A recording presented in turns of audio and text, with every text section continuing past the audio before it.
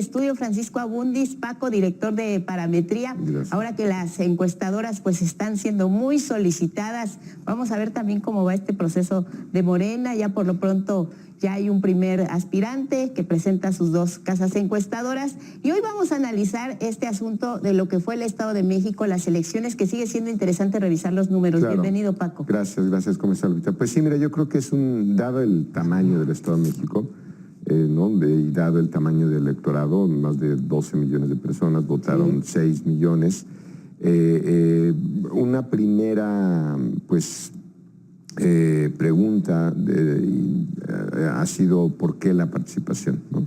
Cuando tú venías con un récord donde cada elección subía 2, 3 puntos y se esperaba que fuera a ser una participación de 55, 56 puntos, acaba siendo de 50, ¿no?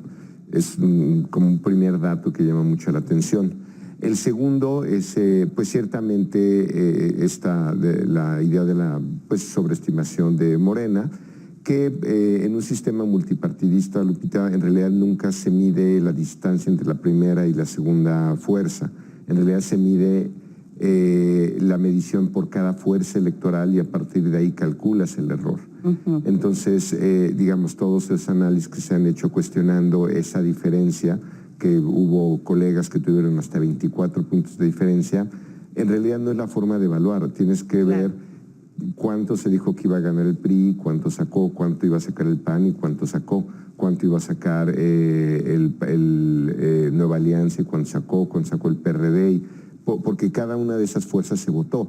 Es decir, si tú veías la boleta en el Estado de México, veías 5 casillas para Alejandra del Moral y una para Delfina Gómez. Entonces tú en realidad tienes que calcular el error para cada fuerza electoral. Es decir, no es como en Estados Unidos que tienes demócratas y republicanos, o como en la Gran Bretaña que tienes laboristas y conservadores. Aquí somos un sistema multipartidista. Entonces, en ese análisis, en realidad la diferencia entre lo que sucedió y lo que se terminó estimando, difícil llega a más de 1 o 2 puntos de diferencia respecto a cada fuerza electoral. En el agregado es cuando se abre esa distancia. Y esto, perdón, Paco, también aplica en el caso del Partido Verde, que había comentarios en torno a que había sacado o había aportado una gran cantidad de votos a la alianza con Delfina Gómez. Se le atribuían más de 600,000 votos. Se hizo una suma ahí.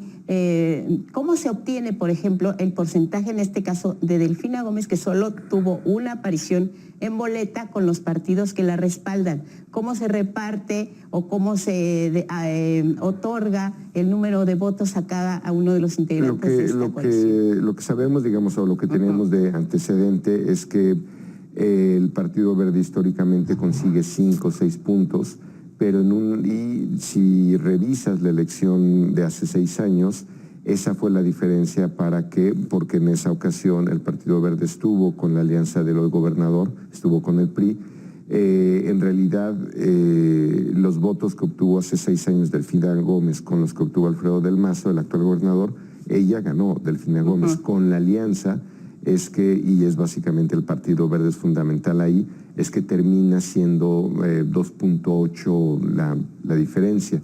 Entonces, en el caso del Partido Verde, que vale alrededor de 5 o 6 puntos en sus históricos, si no estás de este lado y estás de este lado, pues es una alianza que vale casi 10. Entonces, esa pudo haber sido la diferencia entre, digamos, lo que sucedió en esta elección, cuando la diferencia fue de 8 puntos, ¿no? 8 puntos que representa 500,000 de votos alrededor de... Otro tema es un prejuicio que no tiene sustento académico, que señaló hace poco en una conferencia la presidenta de un poco de la Comisión de la Libertad de Publicación de Encuestas, que es algo que se revisa en todo el mundo. Y en nuestro país, como bien sabes, la ley dice que no puedes publicar una medición hasta 5 días antes del proceso electoral, lo cual nos lleva a publicar el miércoles como día más cercano a la elección. Pero hay muchos países donde no existe esa restricción. Entonces, digamos, no existe en Estados Unidos, no existe en Inglaterra, ¿no? Y es básicamente porque no creen en este precepto de que las mediciones, es un supuesto, ¿no? Están afectando tu comportamiento electoral. Entonces, este reporte básicamente pues hace un diagnóstico en función de las restricciones que tiene cada país para la publicación de mediciones, pero digamos lo que dice el reporte es que no hay sustento para decir que tú puedes influir en el lector. Y bueno, parte de esta crítica se basa en eso, ¿no? en la idea de la manipulación. Bueno, en las democracias más consolidadas ese supuesto no existe, ¿no?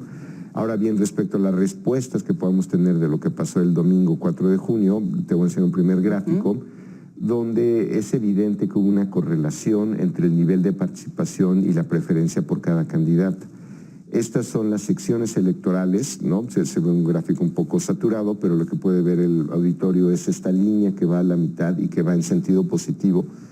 Y esto básicamente lo que te dice es a mayor participación por cada sección electoral, mayor la preferencia por Alejandra del Moral. Y esto no es un supuesto que estaba en los modelos. En los modelos el supuesto es que iba a ser básicamente una línea homogénea entre ella y Delfina Gómez. Siguiente gráfico es exactamente el inverso de la moneda, ¿no? Es decir, Delfina Gómez está más arriba en la medida que en la sección electoral hubo menos participación. Y nuevamente, la mayor parte de las mediciones que se publicaron asumían que esta línea iba a ser así. Entonces, ¿qué es lo que explica para nosotros, digamos, la diferencia entre mediciones preelectorales y lo que termina sucediendo? Básicamente que esta línea no fue horizontal. Claro. Es decir, y ahí entra otra reflexión que se parece mucho a lo que dicen en la Gran Bretaña respecto a los conservadores y los laboristas. Es como un chiste, pero dicen no es que los conservadores ganen, es que en realidad los laboristas siempre pierden. Bueno. Y esto significa básicamente que no sacas a votar a tu electorado, que parece que es lo que sucedió con Morena el 4 de junio. Seguimos